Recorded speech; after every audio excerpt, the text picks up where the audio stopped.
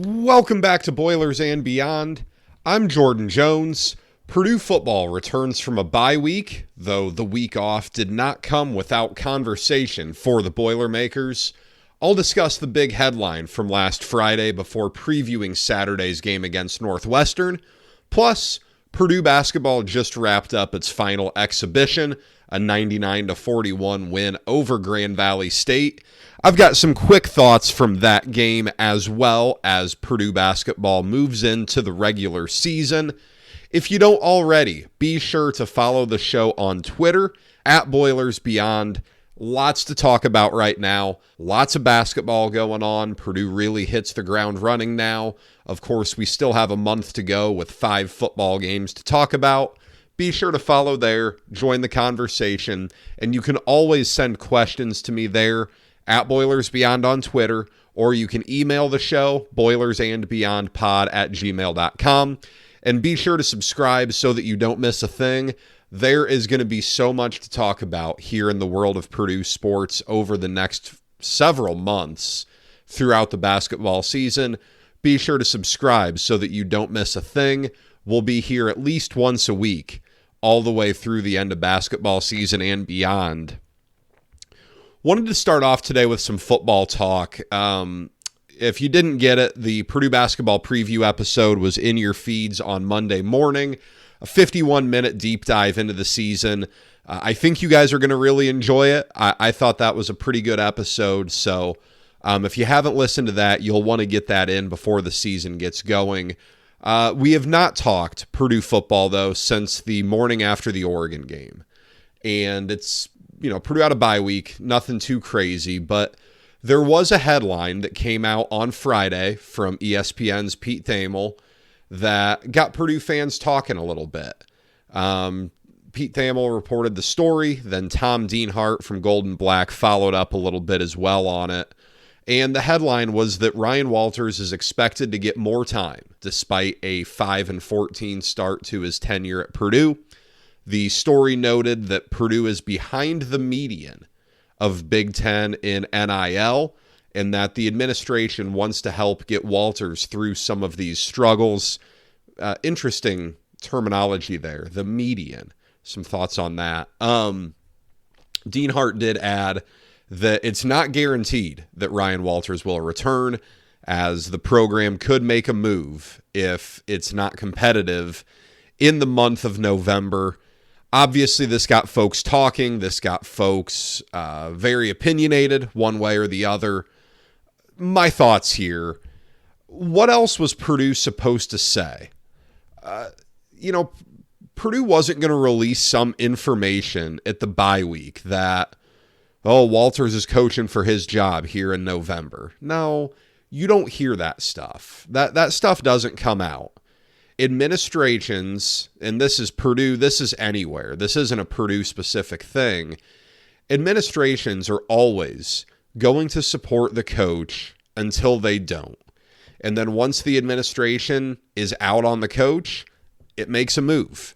This is how it goes. You rarely hear anything about an administration lacking faith in the coach. Once the administration determines it lacks faith and wants to say so publicly, it does so by moving in a different direction. That's just the way it works. And while everyone would love a good, juicy headline of, a move is likely or something, that's not how it works. It's not fair to the coach who's in the role. Purdue's going to be supportive until it's not, if it decides to make a move. I know there was lots of speculation about where Pete Thamel got this report. Who knows? It's not like it really matters all that much, in my opinion. This came at a bye week, came at a time in the season where these conversations are very real. We've got a month to go, a little over a month to go when that story released, 5 games to go, but it's October 30th now. We're a month away from the end of the season. We're a month away from these moves starting to get made on that Saturday and into the Sunday following the final week of the regular season. But on bye weeks, these coaching staffs go out recruiting. And Purdue was out recruiting last week. you've got to have something to tell these kids when you're asked about it. This has not been a situation where Purdue fans have been quiet about their opinion.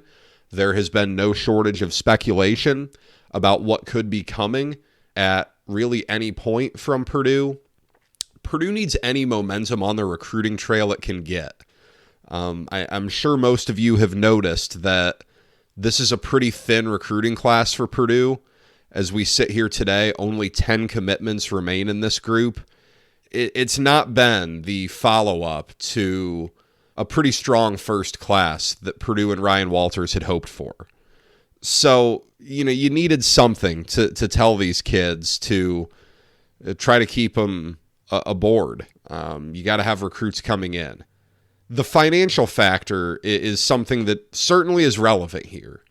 I am of the opinion, before I kind of dive into this, that you can't put a price tag on football success. The benefit that it brings to your university, the benefit that it brings to your athletic department, I don't think you can really put a price tag on a successful football program. But if Purdue were to fire Ryan Walters, you'd be looking at the $9.3 million ballpark. You add in the staff, that gets you to $10, $11 million. Then you go hire a new staff, and, you're probably paying the new coach more than what you're paying Ryan Walters, $4 million. Are you going up in assistant pool? I think Purdue's at $5.5 million right now. Are you increasing that? It's plausible. I think you probably are. Those things don't tend to go down over time. And then you would at least owe the head coach's previous school something if you're hiring someone who's sitting in a current head coaching role. And if you go get a big-time coordinator or two, they may have a buyout too. You don't know. And with revenue sharing in the mix next year, you don't know exactly what that looks like yet. The House case settlement is still progressing. So, look, there are a lot of financial factors at play here. I, again, don't buy into the notion that financial factors should prevent you from making a move here. I don't like using Indiana as an example on this podcast because folks get very riled up about it. But look at what's gone on down there. Indiana paid Tom Allen $15 million to go away after last season. And look at what's gone on since. Indiana has been one of the biggest, if not the biggest, story in college football this season, as I think they're 8-0 now, right? 8-0. And looking like they could make the college football playoff. You can't enter the 2025 season with zero momentum. And you need a really good end of the season to avoid that. The fan base is as upset about football as I can remember it. I don't really remember this much anger boiling over in the Darrell Hazel years. Now, has social media contributed to that? Absolutely. Everyone's got a voice now. You hear it louder. You hear it clearer. I think Purdue's fan base has grown and become more rabid over that past decade as Purdue has experienced football success again. Purdue has had a great run in men's basketball, a lot of passion. Purdue University has had a really good run since Mitch Daniels took over. So that all helps. That all contributes to it. But there doesn't seem to be a ton of apathy yet. But that is really dangerous because that's when fans stop showing up to games. That's when fans stop buying merchandise. That is when, you see the decline in revenue, ticket sales, parking. You got to have people in the seats to sell those $10 beers that are a big profit maker for you. All of that comes from fan buy-in. And if you lose the fans, you lose a lot of that. The NIL conversation here is real, but also, how do you improve that if the fan base is checked out? This is something that fans have to contribute to. And, Purdue using the term, or I guess not Purdue, Pete Thamel using the term median was interesting because that would imply that you're below like 9th and 10th, which is probably where you're always going to operate. Are you going to be above Michigan, Ohio State, Penn State, Oregon? No. Southern Cal? Probably not. Washington? Pretty good fan base. I think they probably do pretty well NIL. Nebraska, you start doing the math here. I mean, Wisconsin, Iowa, some of these programs that are the flagship programs of their state with big fan bases, passion behind it, I don't know that you're going to surpass them. So, median sounds like a pretty lofty goal, if we're being honest here. You have to do this NIL stuff year over year, though. This isn't something where you deposit, you get 2 big checks and that feeds you for the next decade. No, I mean, this is an annual thing. And with the performance of the team this year, after a pretty sizable portal haul from last year and, a mixed bag of performances at best, I can understand why there would be hesitancy to contribute to NIL efforts here. So if that's part of the conversation, and it should be, boy, I mean, you are hampering your NIL efforts if you go into another season with a lot of apathy, with a lack of clear direction for your program. It gets tough. Now the conversation becomes, is it possible to create some momentum here in this final month? I don't know, but it starts with Northwestern. We got a noon kick on Big Ten Network on Saturday, just as God intended for this matchup. This is vintage Big Ten Network stuff. Fire up the Rotel and Velveeta queso ads, the Barbasol ads, Motel 6, all of that good stuff from the old days of Big Ten Network. Look, I had a feeling that last season's success for Northwestern was kind of a flash in the pan. That's looking pretty real right now. It was an 8-win season that came out of absolutely nowhere after Pat Fitzgerald got fired over the summer. I don't know that that was sustainable at a place like Northwestern in the transfer portal, NIL era. I think that there are few programs that hurts more than Northwestern, and you're kind of seeing that. This is a brutal offensive team that Purdue is going to score. That Purdue is going to face on Saturday. A 37-point outburst at Maryland looked promising a few weeks ago on a Friday night, but you look at the whole season, 13 points against Miami, Ohio, a double overtime game against Duke where they mustered only 20 points, 5 against Washington, 3 against Wisconsin, 14 against Iowa last week, but that was a pick 6 and a punt return touchdown. Northwestern made a quarterback move, going from Mike Wright, former Vanderbilt quarterback, to Jack Lausch, but the offense hasn't had success with either one. Northwestern's 3-5 overall, very limited in the passing game, but it also doesn't run the ball very well. Less than 4 yards a carry. It's a really limited offense that doesn't do a whole lot. But on the other side of the ball, it is a pretty good defense. It's held its own quite a bit. It kind of broke towards the end of last week's game against Iowa, but that happens when you're getting beat up on throughout the game and you're not able to sustain anything on offense. When you score on a punt return and a pick 6, that's great, but it also puts your defense right back out there and doesn't help. David Braun's a defensive guy, so the defense should be decent. It's kind of classic Northwestern. You got a couple of big linebackers that go make plays for you. Xander Muller's been there for 30 years, it feels like at this point. A good defense, though. This is a good Northwestern defense. Purdue comes into this game looking like it'll be the healthiest it's been in a while. CJ Smith is set to make his Purdue debut. There's been a lot of anticipation about that one. Georgia transfer at wide receiver. Supposed to be fast, supposed to be able to make plays. Purdue's coaches have spoken very highly of him. George Burren is back from injury at tight end. He's a good player. Showed some really nice things last year in the Old Oak and Bucket game especially. Nyland Green is questionable, it believes. We'll see. He missed the last game against Oregon with an injury, and Purdue did some different things. You saw Smiley Bradford play a ton at the back end of the defense. Dylan Thieneman got some action at the slot corner as Kendrick Breedlove popped outside. Purdue moved things around a little bit. Botros Alessandro, Teron Grant get some action there. It's been a rough year for Purdue's secondary. So if you can get all hands on deck, that would be great. You've got all hands on deck in the passing game, it seems. Hudson Card is back from his injury, and it sounds like Purdue is going to play both quarterbacks. This is also something that's got some conversation going this week. Ryan Walters and Jason Simmons both kind of said earlier this week that Purdue would play both. In general, I do not love the idea of a two-quarterback system. I know the old cliche, if you have two quarterbacks, you don't have one.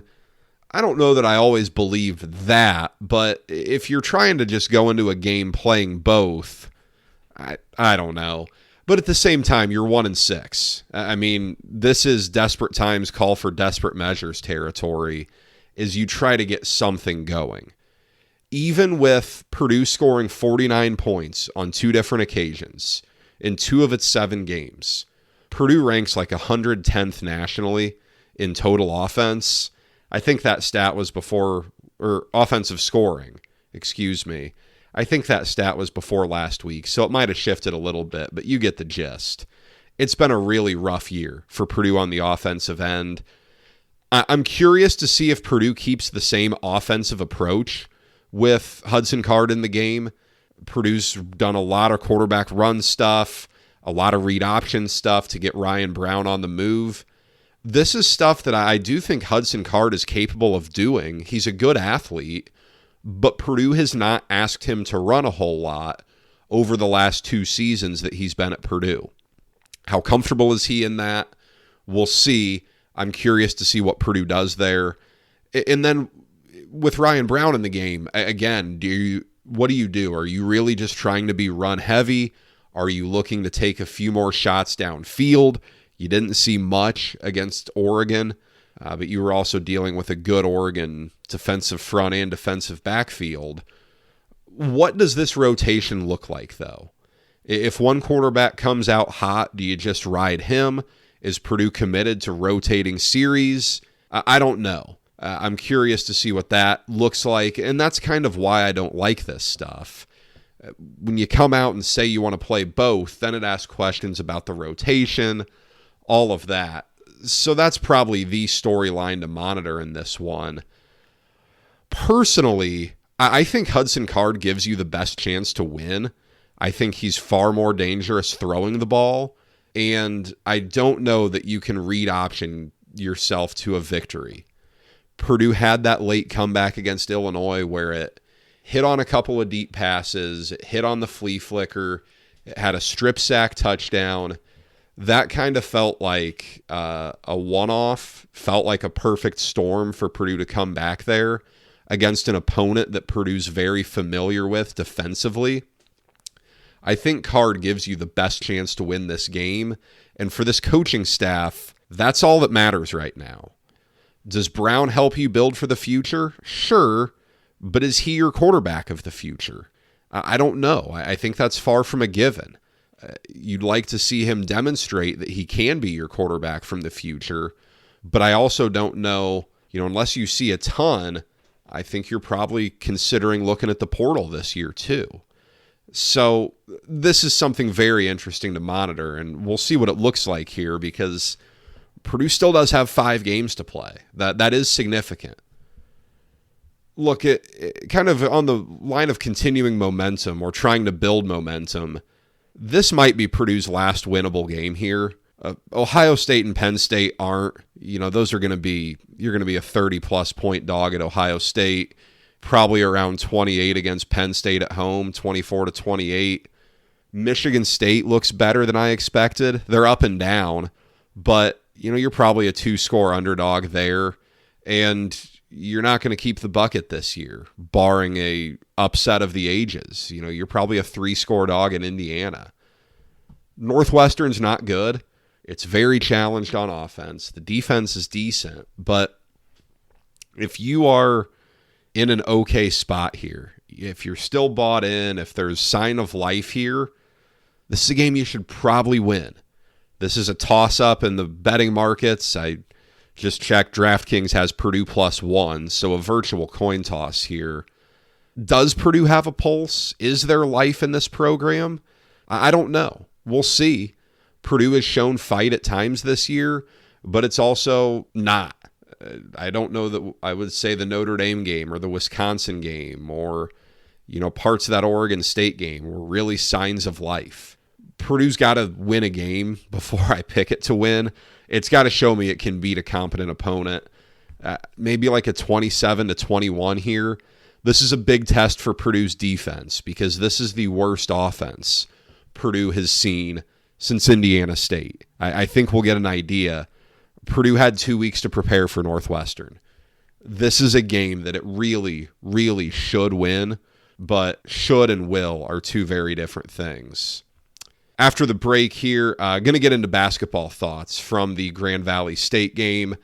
First, this episode is brought to you by me. Yes, me. When I'm not watching sports, or more accurately, talking about them, I'm talking insurance with the people of Indiana. As an agent with Indiana Farm Bureau Insurance, I want to help you protect what you've worked hard to achieve. From home and auto to life and business insurance, I'm here to help you. Give me a call at 317-846-5861 or email me at jordan.jones@infarmbureau.com, and let's protect you from life's everyday risks. Purdue wrapped up the preseason in basketball Wednesday night, a 99-41 win over Grand Valley State. I'm recording this less than an hour after that game went final, so I haven't exactly had a ton of time to put together, notes or thoughts or things like that. But just in general, this is exactly what you wanted to see from Purdue in an exhibition against a D2 opponent. Purdue, this is much different than playing Creighton, obviously, and I still haven't found a copy of that game. If anyone has that, please let me know. I would love to check that out. But 99-41, this thing was over really quick. It was like 36-9, I think, something along those lines. Purdue came out and played a really nice, clean game. Just 7 turnovers for Purdue. At least 2 of those were garbage time when the walk-ons were in. Purdue didn't commit its first turnover until the very end of the first half with a shot clock violation. Very nice, very clean. Purdue shot really well. 1.5 points per possession is really, really strong. 55% from the field. Again, I don't know what that looked like before garbage time, but nice and clean. 23 for 26 at the free throw line. Purdue dominates the glass, out-rebounds Grand Valley State 49-27. That's pretty good.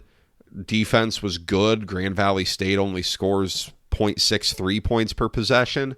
That's really low. Look, Purdue did exactly what you wanted to see against an opponent that has no business competing with Purdue, has no business having this game be close. Trey Kaufman-Renn looked really good. 15 points, perfect from the field, double-double for him. He was playing his butt off. You saw him diving after loose balls. You saw him really attacking on the glass, really active, kind of stepping into a quiet leadership role. And while it's hard to kind of quantify that stuff, because it's very subjective, he looked good. He looked the part. He did what you wanted to see from him. Fletcher Lawyer's getting a lot more run for him, which you would expect. A lot more stuff coming his way. Someone's going to have to take that role that Lance Jones left. And while, Fletcher Lawyer played a big role last year, I think you'll see him continue to get more action, to get more volume, more offense run for him. He led Purdue with 9 field goal attempts in this game. Purdue's got something in these 2 freshman guards. They're going to have their ups and downs this year. Every freshman does. And they're going to play a lot. Jakari Harris looks like he's going to start. CJ Cox, 15 points off the bench to tie the team lead. Really active. No fear in either of those guys. That's really good. Those two combine 8 for 15 shooting for 27 points. A lot of activity. No turnovers for either of them. Each had 2 steals. I mean, very promising, very encouraging stuff. I think you really like what you saw from those two in this game, and they're going to be fun to watch. Those two are going to grow, but the confidence that you see from them is really encouraging.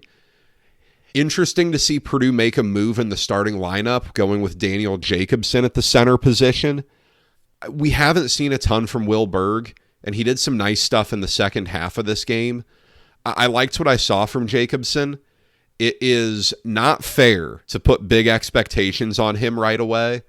Purdue has had so much success with the traditional back-to-the-basket 7-foot center in recent years that it's easy to expect big things from Jacobson right away.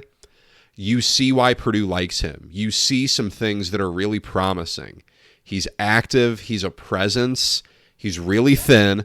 That's going to be something that he's got to, get stronger over time. But again, he's a true freshman. This is different. This is a big adjustment for him. But I liked what I saw from him, and I'm curious to see what Purdue does in the front court, because outside of Trey Kaufman-Renn, a lot of questions still remain. What role does Caleb First play? Where is Raleigh Burgess in all of that? He played 12 minutes in this game. Purdue's got a decision to make on whether it redshirts him or not. And college basketball requires you to make that decision prior to the first game. That is a rule I don't, for the life of me, understand. I don't understand how you can have football allow guys to play 4 regular season games and you can get a 5th in the bowl game and keep your red shirt, but in men's basketball you can't play a single regular season game. That makes no sense to me. And I think for Purdue it would be kind of nice. You have 3 bye games to start the year. If you could give it 3 more games and see what you're going to do then. But Purdue has a decision to make before Monday. We'll see what happens there. Miles Colvin looked good off the bench. He played hard. He had one play that stuck out where there's a missed shot. He goes up, gets the offensive rebound, and puts it back. That's a play we didn't really see from him a season ago.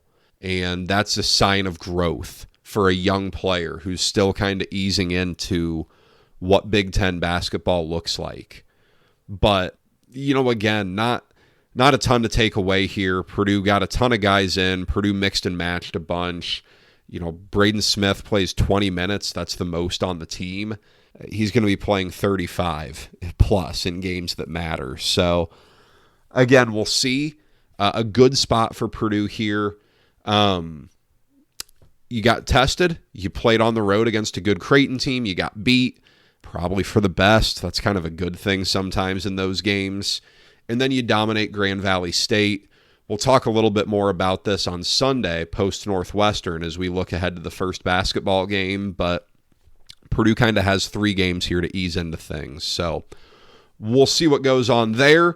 But Purdue 99-41 as it gets into the regular season. First game on Monday against Texas A&M Corpus Christi. Guys, that's all I've got for today. Thank you for spending your time with me. I appreciate you guys listening. As I said, we'll be back here Sunday. We'll talk about Purdue Northwestern. We will look ahead to Purdue versus Texas A&M Corpus Christi. See any tidbits from basketball come out before then. But be sure to follow the show on Twitter @BoilersBeyond. Send me over some questions about Purdue football, about Purdue basketball. Do that there on Twitter or email me, boilersandbeyondpod@gmail.com. And be sure to subscribe so you don't miss that next episode. Until then, guys, enjoy the football game on Saturday, and I'll talk to you afterward. Take care.